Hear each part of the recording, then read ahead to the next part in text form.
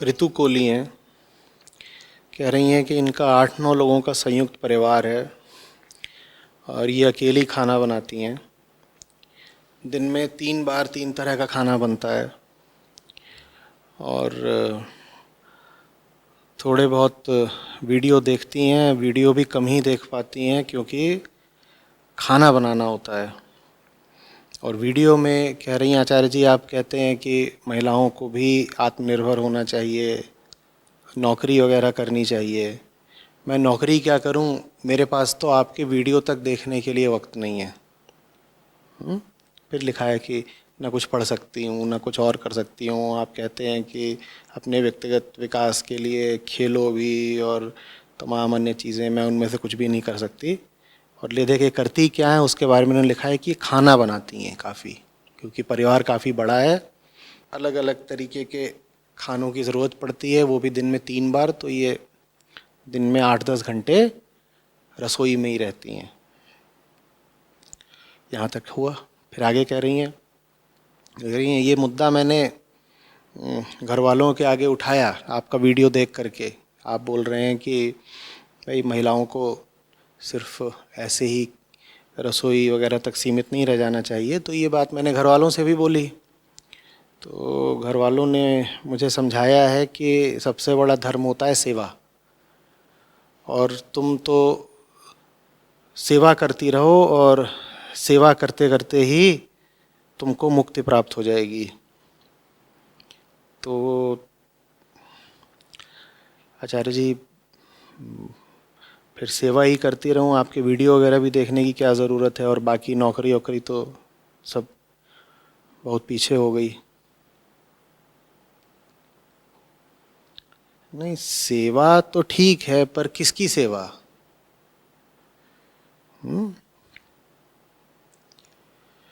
और किस लिए सेवा?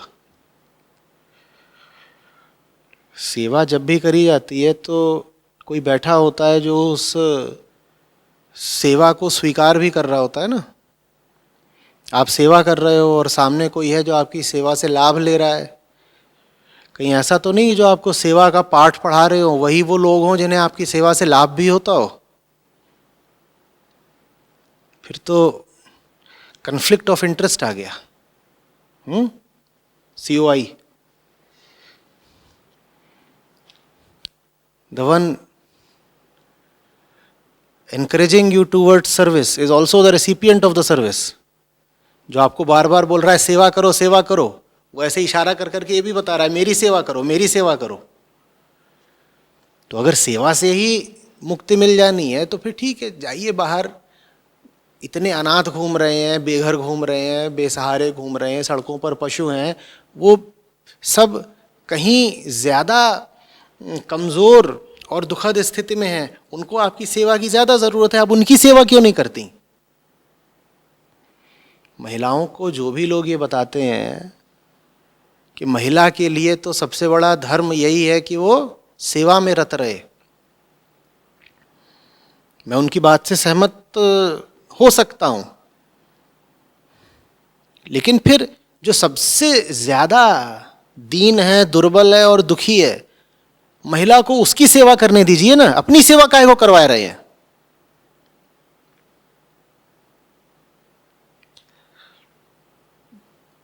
देखिए बहन जी, ऋतु जी, ये जो 8-9 लोग हैं जिनको आप पका पका के खिलाती हैं, अगर ये वास्तव में दीन दुर्बल दुखियारे हों तो अलग बात है। ये 8-9 सब छोटे छोटे बच्चे हों, अलग बात है कि भाई बेचारे इतने छोटे छोटे हैं, इतने छोटे छोटे हैं। घर में 9 बच्चे हैं और आप माता जी हैं, तो आपको इन 9 के लिए पका के खिलाना ही पड़ेगा, नहीं तो भूखे मर जाएंगे। तो फिर कोई बात नहीं, उनको आप पका के खिलाती रहिए, फिर मैं कुछ नहीं कहूँगा। या कि ये 9 के 9 सब ऐसे हों कि एकदम रोगी हैं, एकदम वृद्ध हैं और बीमार हैं, तो भी मैं कुछ नहीं कहूँगा। आप इनकी सेवा करिए, इन्हें पका के खिलाते रहिए, क्योंकि इन्हें बहुत ज़रूरत है कि आप इनकी सेवा करें। पर ये 9 लोग कौन है? कहीं हट्टे कट्टे मुस्टंडे तो नहीं है कि 9 जने खाते हैं और आप पकाती रहती हैं। और जिस हिसाब से आपने अपना समय बताया है कि 8-10 घंटे आपके रसोई में ही लगते हैं, मुझे नहीं लगता ये 8-10 बच्चे हैं। इतना सारा खाना बच्चों के लिए तो नहीं बनाती होंगी आप। और आपने ये भी लिखा है कि 3 दफे 3 तरह का बनाना पड़ता है और अलग अलग लोगों की अलग अलग तरह की फरमाइश रहती है। बच्चे तो नहीं इतनी फरमाइशें करते होंगे, और वो कर भी दे तो बच्चों को तो धौंस दिखा के चुप कराया जा सकता है कि चुप, जो बना खा ले। ये कौन लोग हैं जो फरमाइश करते हैं कि एक बोल रहा है आज मेरे लिए डोसा बनना चाहिए, तो दूसरा बोल रहा है मुझे पूड़ी चाहिए, और फिर आपको पूड़ी भी बनानी है और डोसा भी बनाना है। और जब आप उनसे कुछ कहती हैं तो कहते हैं नहीं तुम तो सेवा करो। ये जो भी लोग हैं जिन्हें खाने पीने का इतना शौक है, ये खुद अपना खाना काहे नहीं बना लेते? या उनका काम है आपके बनाए खाने को ठूसना और बाहर जा करके तमाम तरीके के काम वगैरह करना, और वो जो काम कर रहे हैं उसमें उनकी तमाम तरीके की तरक्की हो रही है, और आप कैद हैं रसोई में। मैं फिर दोहरा रहा हूं, अगर ये जो 8-9 लोग हैं जिनका आप खाना बनाती हैं, ये सब के सब बिल्कुल बूढ़े और बीमार हों तो आप बेशक इनका खाना बनाती रहिए, जरूर बनाइए। अगर ये 8-9 लोग जो हैं ये सब बिल्कुल छोटे बच्चे हों तो भी आप इनका खाना बनाती रहिए, जरूर बनाइए, मैं आपके साथ हूं। लेकिन अगर ये स्वस्थ, समर्थ, ताकतवर लोग हैं, आप ही की आयु के हैं या आपसे कम आयु के हैं, जवान लोग हैं, तो ये कैसी व्यवस्था है और कैसा न्याय है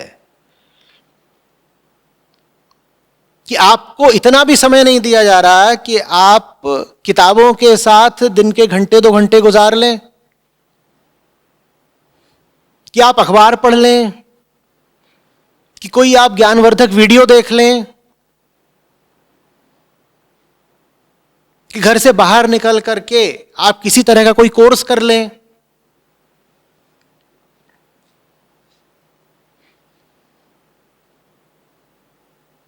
कि आप कोई पार्ट टाइम, अंशकालिक ही सही, छोटी मोटी नौकरी कर लें, आपको समय नहीं दिया जा रहा। ये कौन सी सेवा करवाई जा रही है आपसे? और जैसे आपका धर्म है उनकी सेवा करना, उनका धर्म नहीं है आपकी सेवा करना।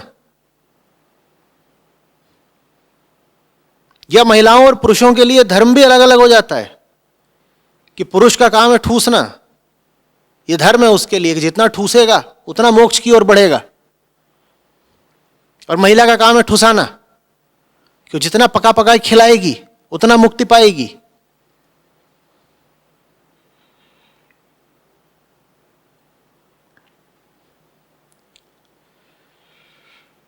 मैं खाना बनाने को हीन काम नहीं समझता, कुतर्क मत करने लग जाइएगा। यहां हम बोधस्थल में हैं, बारी बारी से सबको खाना बनाना पड़ता है, मैं भी बनाता हूं। जब शरीर भोजन से ही चलना है तो भोजन बनाना कोई हीन या नीच काम कैसे हो सकता है? मुझे आपके भोजन बनाने पर आपत्ति नहीं है, मुझे आपत्ति इस पर है कि व्यवस्था कैसी है।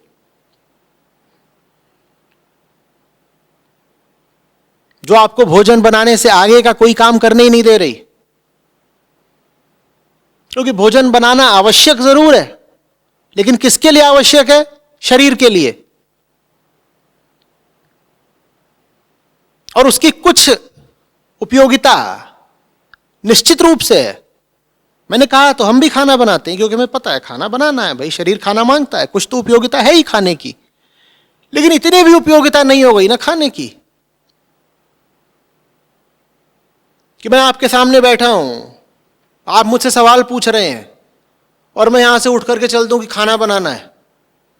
कैसा लगेगा? आप कहेंगे बहुत बेवकूफ है आचार्य, इसको यह भी नहीं पता कि ज्यादा जरूरी क्या काम होता है, खाना बनाना या ऐसे सत्र में सम्मिलित होना। तो खाना बनाना शरीर के लिए जरूरी है और जिंदगी के बाकी काम चेतना के लिए, मन के लिए जरूरी है। आपकी पहली पहचान शरीर नहीं है, आपकी पहली पहचान है चेतना। तो जब भी आपको उन कामों की तुलना करनी पड़े जो शरीर के लिए हैं उन कामों से जो मन के लिए हैं, तो उसमें वरीयता आपको उन्हीं कामों को देनी पड़ेगी जो मन के लिए हैं। समझ रहे हैं बात को? इसका मतलब ये नहीं है कि मैं कह रहा हूं कि खाना ही मत खाओ या खाना बनाओ ही मत। मैं एक तुलनात्मक बात कर रहा हूं। मैं हर चीज को उसकी सही जगह देने की बात कर रहा हूं। खाने की अपनी एक जगह है, खाना बनाने की भी अपनी एक जगह है, लेकिन उससे कहीं ऊंची जगह है जिंदगी में उन सब कामों की जो जिंदगी को जीने लायक बनाती हैं, जो आपकी चेतना को एक ऊंचा स्तर देती हैं। और अगर खाना बनाते बनाते आपके पास वो ऊंचे काम करने का वक्त ही नहीं मिला, तो भाड़ में जाए ऐसा खाना। समझ में आ रही है बात?